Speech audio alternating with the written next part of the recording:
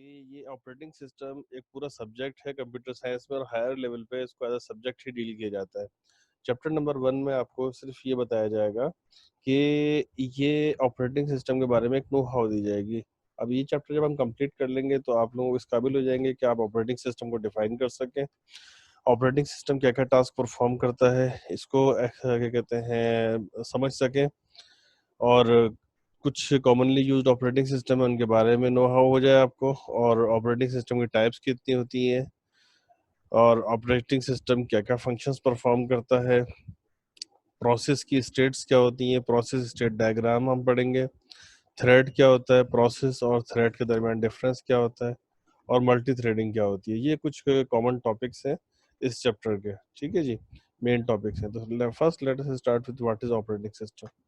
Operating system is a type of system software. अब what is system software, मैंने first year में आप लोगों को पढ़ाया था।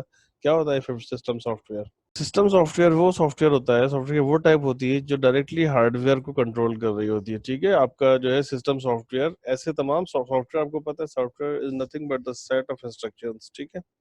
तो सॉफ्टवेयर, सिस्टम सॉफ्टवेयर वो सॉफ्टवेयर होता है जो हार्डवेयर से डायरेक्टली अटैच होता है, हार्डवेयर को डायरेक्टली कंट्रोल करता है, ठीक है। अब हार्डवेयर में आपकी तीन मेन चीजें होती हैं।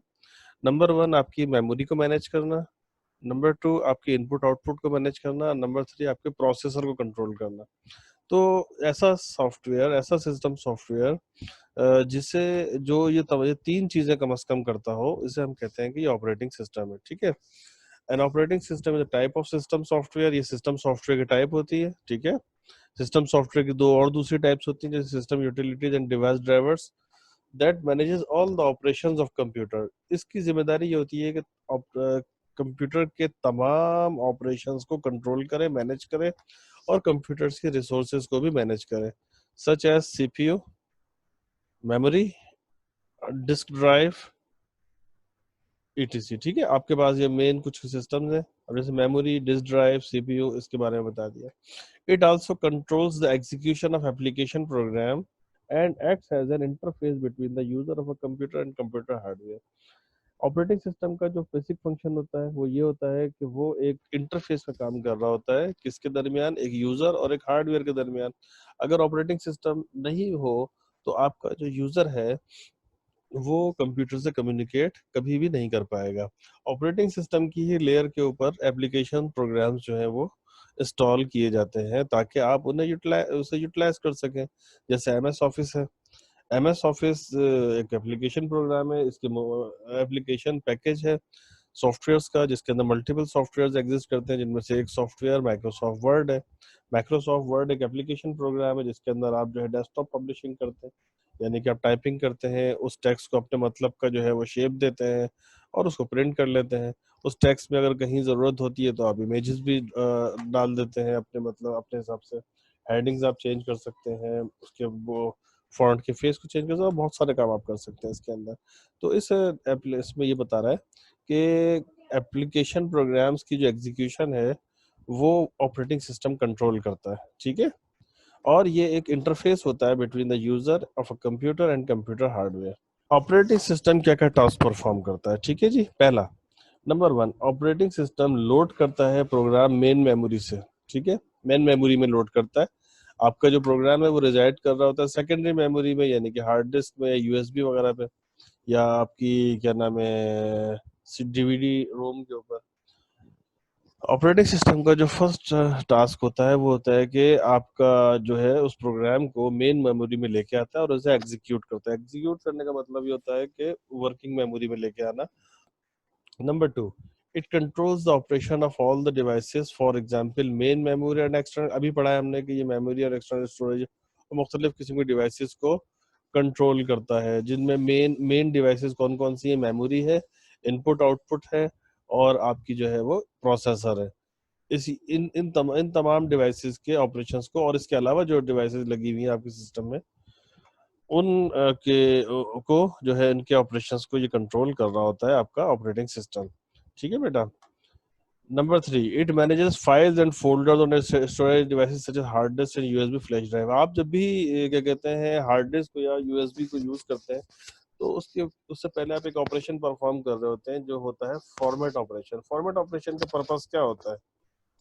फॉर्मेट का मतलब ये होता है कि basically you are preparing your device for storage, ठीक है। जिस तरह अगर फॉर एग्जांपल एक जमीन होती है, उस जमीन पे अगर हाउसिंग सोसाइटी आपको बनानी होगी तो पहले उस पर डेवलपमेंट वर्क करना पड़ेगा, ठीक है।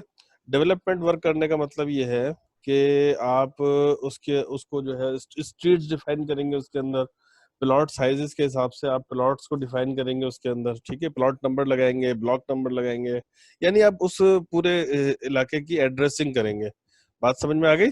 हम हार्ड डिस्क को या किसी और सेकेंडरी स्टोरेज डिवाइस को फॉर्मेट कर रहे होते हैं तो बेसिकली हम इसके ऊपर फाइल स्ट्रक्चर इंस्टॉल कर रहे होते हैं। हम ये बता रहे होते हैं कि इस डिवाइस के ऊपर फाइल का साइज मिनिमम क्या होगा, और उसकी एड्रेसिंग डिफाइन कर रहे होते हैं कि एड्रेस जो है वो क्या हो सकता है इसका, ठीक है। एड्रेसिंग एड्रेस नंबर क्या हो सकता है किस चंक का, एंड सो ऑन। तो this is called format operation, right. तो थर्ड जो पॉइंट है वो इसी हवाले से है कि it manages files and folders on storage devices such as hard disk and USB flash drive. Number 4, it allows multitasking to execute multiple tasks at the same time, such as running spreadsheet software and a word processor simultaneously.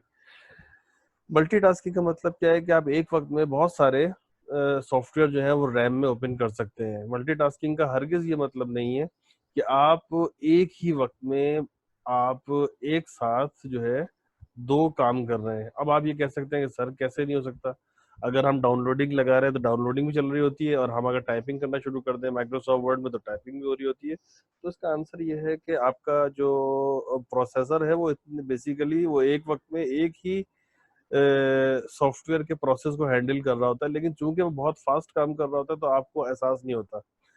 एक वक्त में वो एक ही software के process को handle कर रहा होता है। फिफ्थ पॉइंट ये है कि it performs networking operations that allow the user to communicate over the network and share the resources such as hard disk and printer. Yes, ये हर ऑपरेटिंग सिस्टम में नहीं होता, ये उस ऑपरेटिंग सिस्टम में होता है जो नेटवर्क को सपोर्ट करता है, ठीक है। आजकल तमाम ऑपरेटिंग सिस्टम नेटवर्क्स को सपोर्ट करते हैं।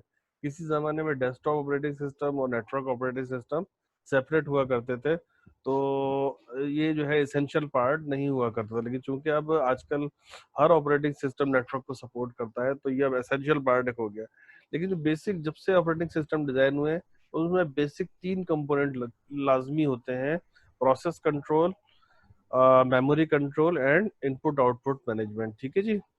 6, it maintains the security of the computer through user name and password. आप मॉडर्न ऑपरेटिंग सिस्टम है उसका एक एसेंशियल फीचर है कि उसमें यूजर मैनेजमेंट मौजूद है। यूजर मैनेजमेंट किस तरह कि यूजर नेम और पासवर्ड के जरिए आप उस पर लॉग इन हो सकते हैं। जिस जिसको आप ऑथेंटिकेट करेंगे वो लॉग इन हो सकता है, और जो रोल उससे ऑथेंटिकेट करेंगे उस रोल के तहत लॉग इन। अगर ये यूजर नेम और पासवर्ड की फैसिलिटी हमारे पास ना हो तो डेफिनेटली जो कोई भी सिस्टम खोल के उसके अंदर प्रॉब्लम क्रिएट कर सकता है आपके लिए, आपके डाटा को डिलीट कर सकता है और बहुत कुछ कर सकता है, ठीक है। Number 7, it identifies the hardware problem and shows the messages to solve them. अगर आपका हार्डवेयर फेलवर है कोई तो उसको भी डिटेक्ट करता है और ये आपको मैसेजेस करता है कि जनाब आपके ये हार्डवेयर फेलवर जो है वो आ रहा है, ठीक है। और अगर हो सके तो उसको सॉल्व भी कर देता है। बहुत सारे केसेस में ऐसा होता है कि वो सॉल्व नहीं कर पाता तो आपको वो हार्डवेयर डिवाइस ही रिप्लेस करनी पड़ती है, लेकिन जहां तक पॉसिबल होता है ये हार्डवेयर प्रॉब्लम को भी हैंडल करने की कोशिश करता है, ठीक है जी। तो ये आज का लेक्चर है आपका। कल इंशाल्लाह ताला हम कॉमनली यूज्ड ऑपरेटिंग सिस्टम के बारे में पढ़ेंगे।